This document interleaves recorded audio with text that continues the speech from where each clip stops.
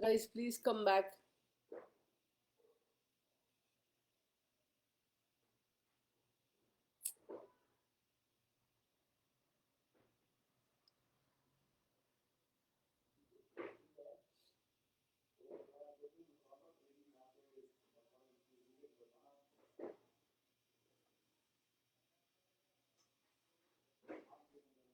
Please come back.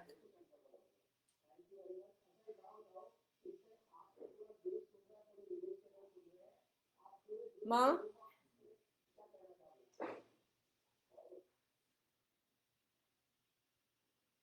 Yeah. So I was telling you about a global company. A global company, to understand, you must understand what is a global product. As I told you, I don't know when the video went off. As I told you, a global product is accepted in the same form by all people all over the world. It is not accepted in the customized form. If you're buying a French perfume, you want French perfume only. You don't want it Indianized and put as any Indian perfume like jasmine perfume. No, you don't want. So, or if a foreigner buys an Indian perfume, he wants jasmine perfume. He doesn't want it customized. He wants it in the jasmine perfume only. So this is the way it is. And then transnational. See, transnational companies are spread so far and wide that you don't know where they originated from. They have manufacturing capacities all over the world. They manufacture, for example, Mallikarjun, good morning. They manufacture in so many countries for other countries, for that country and other countries. For example, they may have a presence in Dubai for manufacturing for Dubai and all the Gulf areas. All right. So this is how it happens. Now, next, the strategies of these companies are very different. You see here, this is the slide number 9. You have global, international, transnational, and multinational companies. So you see here, in if you see on the y-axis, the global efficiency for international is low, for global it is high. So whereas local responsiveness means how you customize the product. For international, there is hardly any local responsiveness. You're just selling what you manufacture for everybody. Whereas in multinational, the local responsiveness is very high. So the mostly multinational firms make customized products. Okay. Now here, this 10th slide and all, I just want to say that, you know, you have some examples from Australian companies and from Japanese companies. You can look at that, but and go to slide number 14. All right? Yes, Mahesh. Yeah. Go to slide number 14. Okay. In slide number 14, you see that you have in IHRM a shift in thinking. Okay. Most of these I have explained. I will go ahead in the next slide. See, class, you have to, whatever.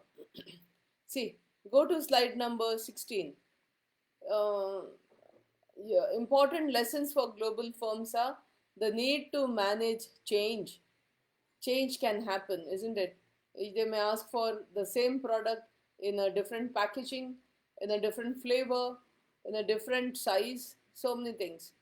And the need to respect local cultures, the need to understand a corporation's culture, the need to be flexible, the need to learn.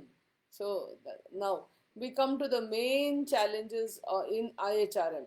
See, there are high failure rates of expatriation and repatriation. Why? Because people cannot adjust to environment, to a different corporate culture, etc. Deployment, getting the right mix of skills in the organization, regardless of geographical location. Then, knowledge and innovation dissemination. Innovation is something that has to be disseminated.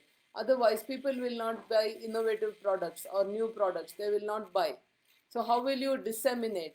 In India, we can do it by TV advertisement, all kinds of media. But in a foreign country, how much can you advertise, because it's going to be expensive. And even if you do advertise, it may not be the same media like here. You may be restricted by government rules and regulations to advertise in the same way as in India, so you have to adjust your ad. Then talent identification and development. Identify capable people who are, excuse me, able to function effectively.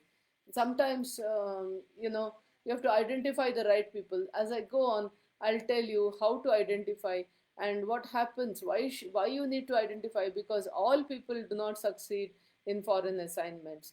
Barriers to women, like women will be married, their children will be educated in, say, in Bangalore, and suddenly if the lady has to go abroad, does she take her family? If she doesn't take her family, she may not want to go. If she takes her family, what about the husband's career?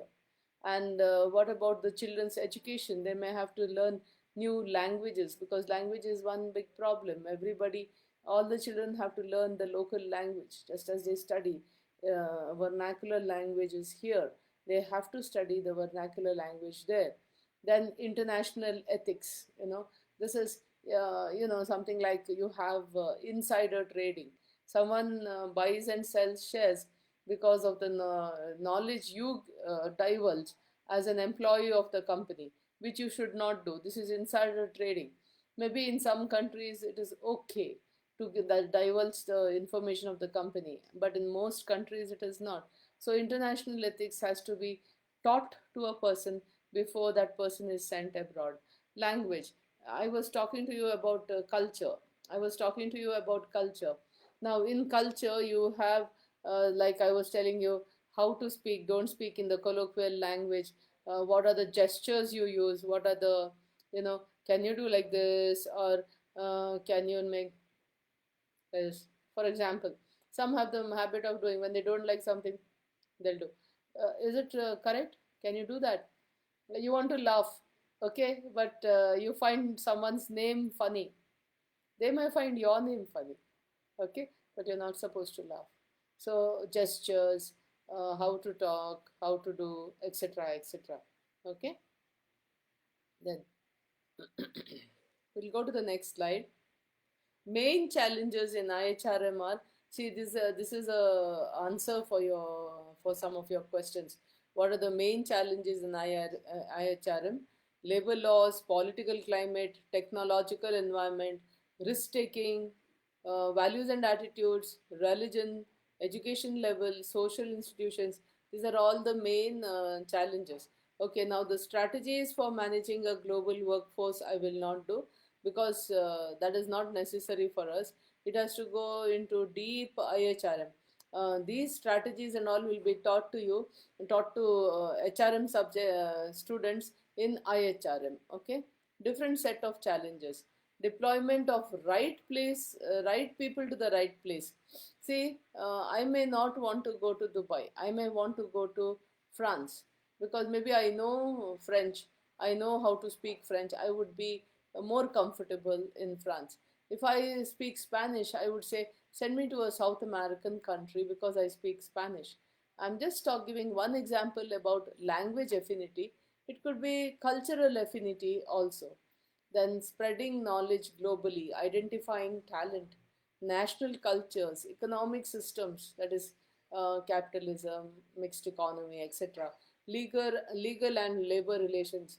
So these are all the different things that you have to be ready for in IHRM. Now, how do you do personnel selection? You will do interviews, then you will specify their technical skills and knowledge. You'll talk about their job experience, different factors, etc. Um, let's not let's skip that.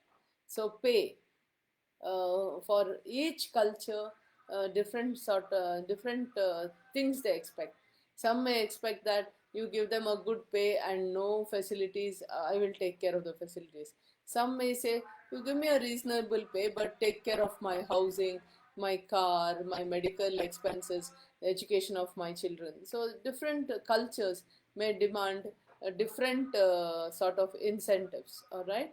So you have different orientations in international in business. You call them ERPG. E stands for ethnocentric, R stands for regiocentric, P stands for polycentric, and G stands for geocentric. It is ethnocentric means you say my country is best. Ethnically, my country is best. I'm going to behave like my country only. And suppose you go there, you'll have to duplicate home country practices. Meaning, I want to eat Indian idli vada wherever I go because Indian idli vada is the best in the world, the best food in the world. This kind of ethnocentric. Polycentric is anywhere, anything. Geocentric is okay. This place gives me good fish. I'll eat fish. This place gives me good vegetables. I'll eat this thing. Regional and geocentric are sort of the same. Okay, staffing. Okay,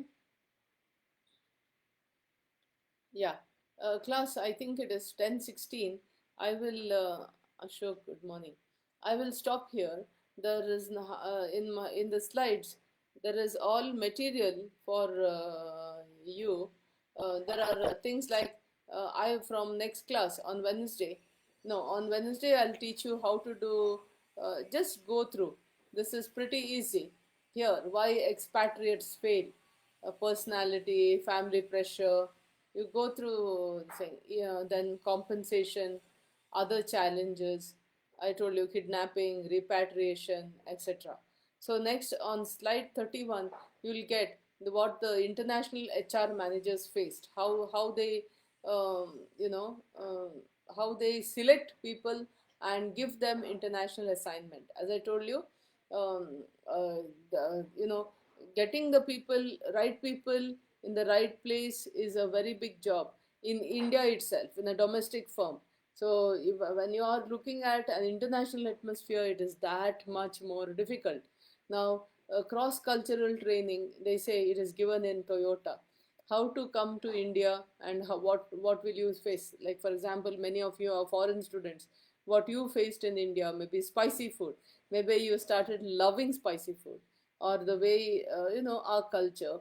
Holi, for example, I remember all the foreign students putting color on their faces, taking pictures, and sending back to their country, saying this is Indian Holi, for example. So there are various challenges and adaptations. These adaptations we say acclimatization. Okay, getting used to the climate. Which climate? The cultural climate of the country. I'm not talking about the physical climate like rain or something like that. Okay, so you remember that HRM has strategic significance also. So here, what is the process? International human resource management process. You get this on slide 34. That is, you have to do recruitment and selection, then you have to do training and development, followed by performance appraisal, followed by compensation and benefits, then come the labor relations, and then how they contribute to organizational objectives or development.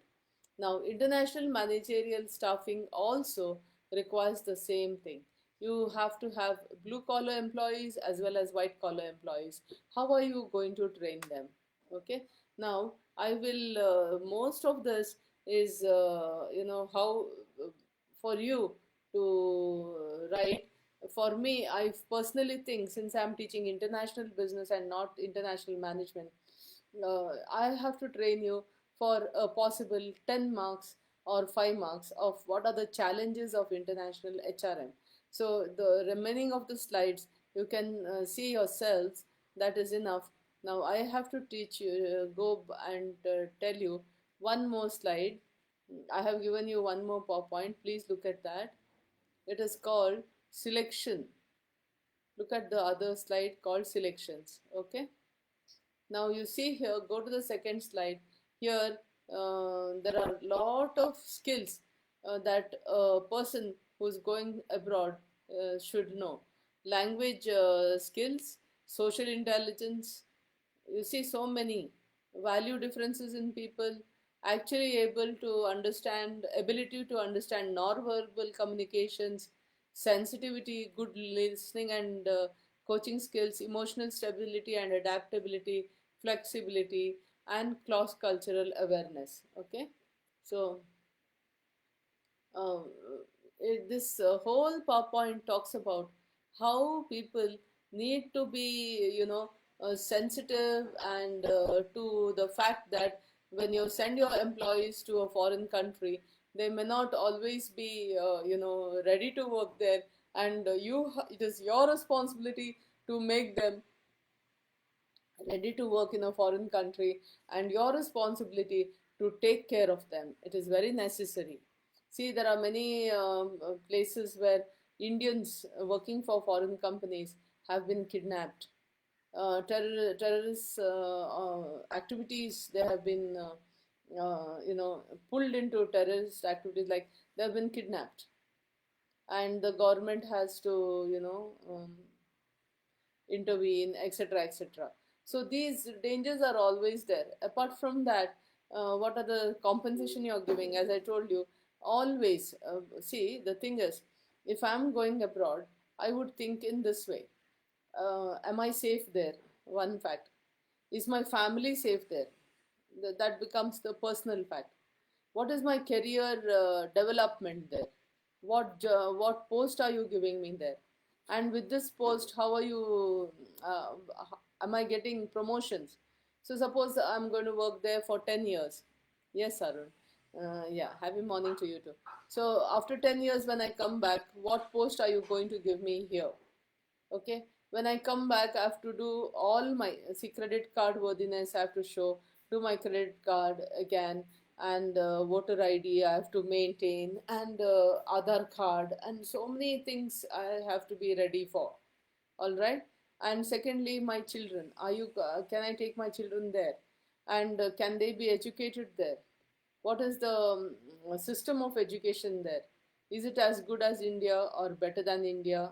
I mean, Indian system is very good. So will my child be educated as good as that child is getting educated in Bangalore?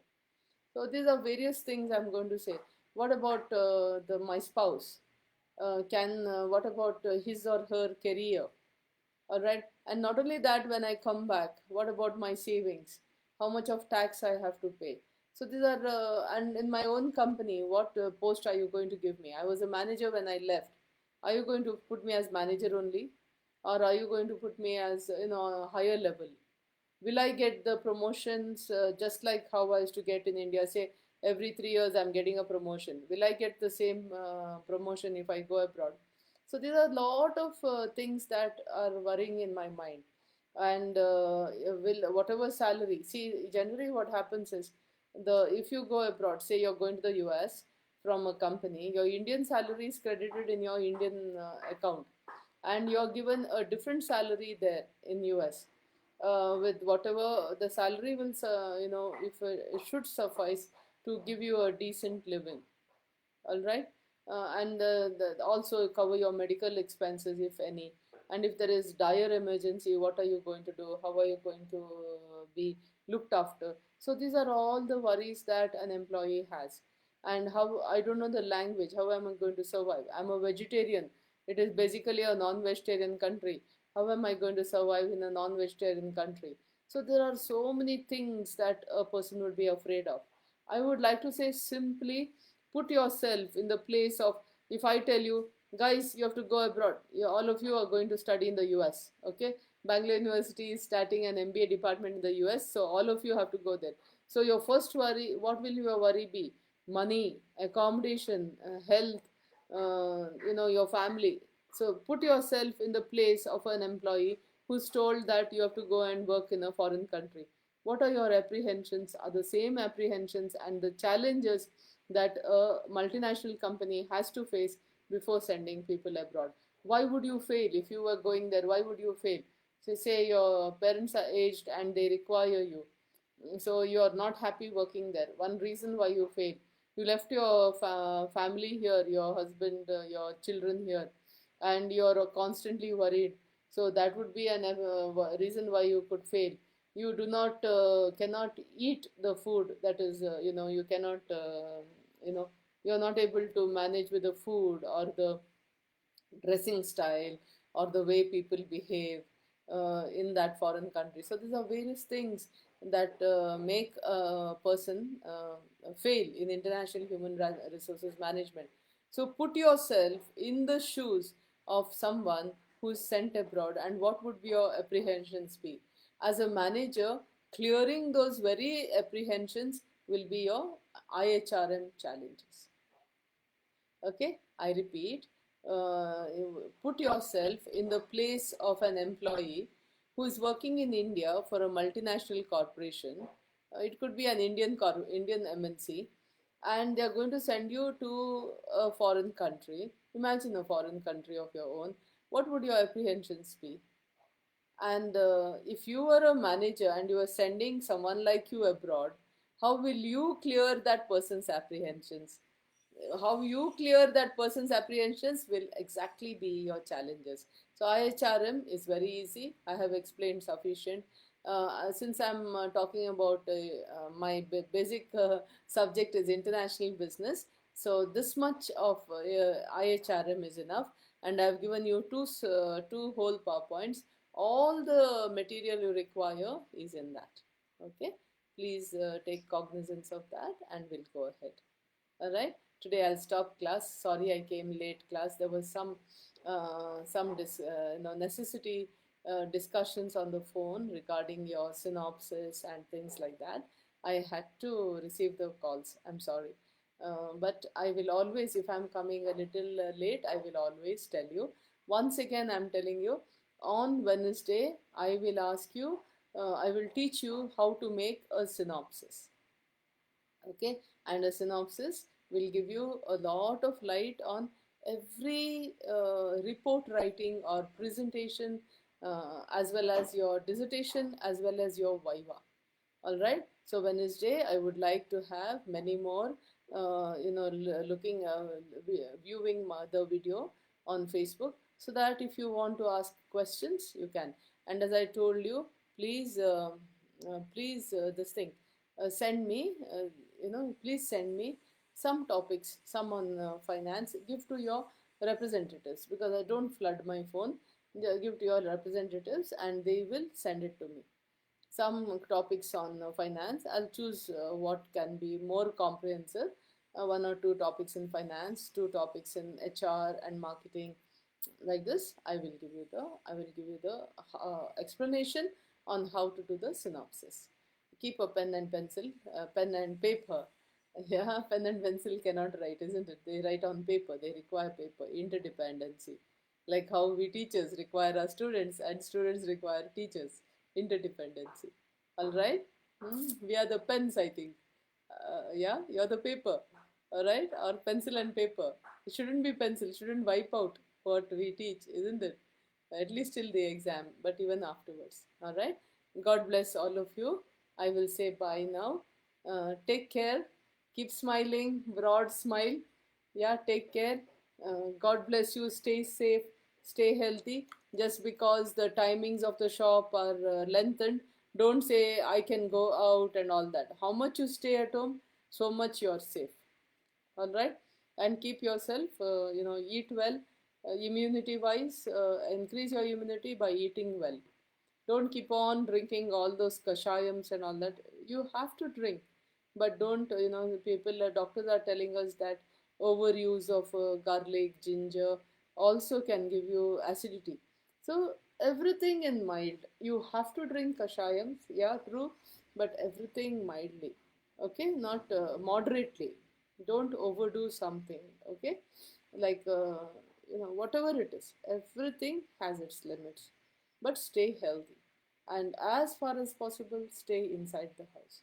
You're lucky that you have your laptops, you have your TV programs, you have so many things. Yeah, some years ago we didn't have anything, and then staying at home would have been really a problem.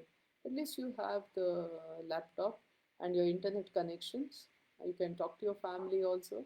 You can see them. You can have video calls, which is a blessing which we did not have when we were younger. And thank God for that. At least that keeps you going. You can talk to your parents every day on video calls. right? Stay healthy, stay safe. God bless. Jai Hind, Jai Karnataka.